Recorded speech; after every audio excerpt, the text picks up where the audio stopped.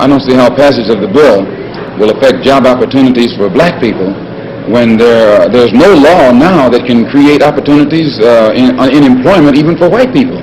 The whole system in this country, the economic system, is such that jobs are scarce. Automation is limiting jobs. It's decreasing jobs. And as automation eliminates the job opportunities, legislation will not create job opportunities. All it will do is bring about friction and hostility between the two races. Anytime you have to pass a civil rights bill to make voter registration or voting opportunities increase for black people in this country, that in itself is a slap at the entire system of democracy. The only thing that will affect voter registration is when our own leaders form some kind of political education program that makes our people become more politically mature, politically alert, and aware of what their involvement and participation in politics will bring them. So it's not so much voter registration without voter education is a waste of time. Legislation will do neither. I meant to have said it earlier, but I think this principle of compensatory treatment should also apply to any action taken by the federal government in trying to achieve equality of opportunity or access to the national housing market. Now, this is one of my major criticisms of President Kennedy's executive order on housing. It applies only to housing to be built from the date of the order and future federally financed housing, whereas to give the Negro people of this country a fair break and really a chance to get into housing and to get out of ghettos, he should have included all housing that had been constructed with public funds. That's right. All federally financed housing should have been included, but he didn't. And this is what is frequently happening when the Negro makes a gain. The gain starts as of now. But it should be retroactive. Because the Negro didn't make the gain. See, as long as someone is giving you something, he can always take it back. And this is the mistake this is where our people are making the mistake. We are sitting, waiting for whites. Nobody gives the Negro anything. I don't mean it in that sense. Either in court or out of court, we've been sitting and waiting for the man to give us some concessions. Now, whenever you ask if you're asking the white power structure for jobs, that's only a temporary solution. If you ask the white power structure for housing, that's a temporary solution. As Mr. Farmer said, where the Negro used to ask for equality, now he's asking for more. He's asking for more than equality. Well, likewise, if they give us more than equality, 10 years from now, we're going to be asking for more than that because the problem has still not gotten a real solution. Mr. Moderator. Just one moment. Let me finish what I'm going to say. As long as we accept a temporary solution, the problem will go unsolved. It'll be solved for you and me right now, but not for our children. Much like it. No, I think that the guilt complex of the American white man is so profound until when you begin to analyze the real condition of the black man in America, instead of the American white man eliminating the causes that create that condition, he tries to cover it up by accusing his accusers of teaching hate. But actually, they're just exposing him for being responsible for what exists. Well, that's something of an argument, but I've heard speeches made by some of the people of your group. I think I've heard you make speeches. It seemed to me that you were advocating what I would have to describe, I think, as violence to meet the serious injuries that have been done to your people, with which I totally agree. I don't call that violence. I don't in any way encourage black people to go out and initiate acts of aggression indiscriminately against whites.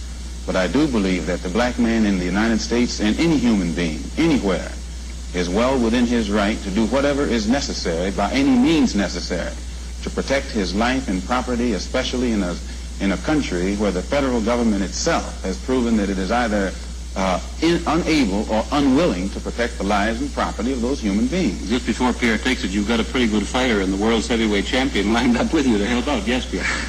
Well, Mr. X, I guess I call you that. Is that the proper appellation? Yes. Mr. X? I'm wondering if you still believe, as I think you certainly did at the time you were allied to the Black Muslim movement, in a segregated black nation in North America. I don't believe in any form of segregation or any form of racism. I'm against any form of segregation and against racism. Am I right in saying that the black Muslim movement, which you have left, did believe in that? Well, Elijah Muhammad taught his followers that the only solution was a separate state for black people. And as long as I thought he genuinely believed that himself, I believed in him and believed in his solution. But when I began to doubt that he himself believed that that was feasible, and I saw no kind of action designed to bring it into existence or bring it about, then I turned in a different direction. Are you still a Muslim yourself? Oh, yes. I'm a Muslim. I believe in the religion of Islam, which believes in brotherhood, complete brotherhood of all people. But at the same time that I believe in this brotherhood, I don't believe in forcing my desire for brotherhood upon those who aren't willing to accept it. Of course, I think the Christians would say that they also believed in brotherhood. What did you say to that? I'd say they believe in it, but don't practice it. That'd be a pretty good answer. Sir, when the muezzin goes up in the minaret twice a day, he cries to the world, there is but one God, and he is Allah. Do you deny that there is a Christian God? The muezzin does this 5 times a day. 5 times, and I only heard him twice. Well, you were fortunate to hear him twice. But he does this 5 times a day, and the same God that he says that he expresses the existence of is the God that the Christians profess to believe in themselves, and the God that the Jews believe in. One God, the creator of the universe. The Muslims believe in the God that created the universe, and I think the Christians do, and the Jews do. Now, as long as all of them are talking about the creator, the Jews may call him Jehovah, and Christians may have another name for him. Those who are Arabic-speaking refer to him as Allah. Well, we believe in the same God. Now, as the Muslim religion advances in the United States, are you modernizing it or sticking with the old faiths? For example, the complete segregation of the sexes. I think that everything today on this earth is being modernized. Religious principles and practices, as well as political and other things. Now, when you went to Mecca, this is a very sacred and forbidden city. I tried to get to Mecca myself and certainly didn't make it, not being a Muslim. But how would they accept you as one? You're an American. There are few American Muslims. This is true, and by being an American and not having not being able to speak the Arabic language, I did strike a snag, a very serious snag, but I was fortunate to have been pretty well known by the officials in Arabia, and they knew too that I had accepted Orthodox Islam. It had been highly publicized in the paper, and I became a guest of the state. I was a guest of Prince Faisal, the present King Faisal, and they made it possible for me to go before the committee, Hajj committee or Hajj court, who examines you and asks you questions about your belief, and if you pass it, then you are okay to go to Mecca. But it's you would true. have to have a translator there. I had one. Yeah, Betty? Mr. X, since you're split with the Black Muslim movement, have you formed your own group? Yes. And also, you say that you don't believe that Martin Luther King has solutions. What are your solutions? Well, first, we formed 2 groups. The split resulted in the formation of 2 groups. Those who left the Black Muslim movement regrouped into what has now become known as the Muslim Mosque Incorporated, which is strictly religious, based upon the religion as it is taught in Mecca and Cairo and other centers of Islamic religious learning. Then realizing that our problem in America, that we are black Americans and we have a problem that goes beyond religion, we formed a group known as the Organization of Afro-American Unity. And the objective of this organization is non-religious, number one. Any Negro can belong to it. And the objective of that organization is to bring about a condition that will guarantee respect and recognition of the 22 million black Americans as human beings. Now, this is very laudable, but how? Well, by any means necessary. We feel that the problem, number one, of the black man in America is beyond America's ability to solve. It's a human problem, not an American problem or a Negro problem. And as a human problem or a world problem, we feel that it should be taken out of the jurisdiction of the United States government and the United States courts and taken into the United Nations in the same manner that the problems of the black man in South Africa, Angola, and other parts of the world, and even the way they're trying to bring the problems of the Jews in Russia into the United Nations because of violation of human rights. We believe that our problem is one not of violation of civil rights, but a violation of human rights. Not only are we denied the right to be a citizen in the United States, we're denied the right to be a human being.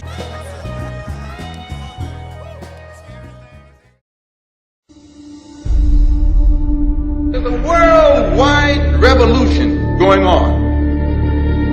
And in my opinion, the young generation of white, black, brown, whatever else there is, you're living at a time of extremism, a time of revolution. What is it revolting against? The power structure. The American power structure? No. The French power structure? No. The English power structure? No. Then what power structure? An international Western power structure. And I, for one, will join in with anyone, don't care what color you are, as long as you want to change this miserable condition that exists on this earth. And there's got to be a change. People in power have misused it, and now there has to be a change, and a better world has to be built, and the only way it's going to be built is with extreme methods. So what you and I have got to do is get involved. You and I have to be right there breathing down their throat. Every time they look over their shoulder, we want them to see us. Once those intentions are made known, we can get to the nitty-gritty of the problem. We can get to the core of the problem. We can get to the root of the problem. And then we can correct the problem.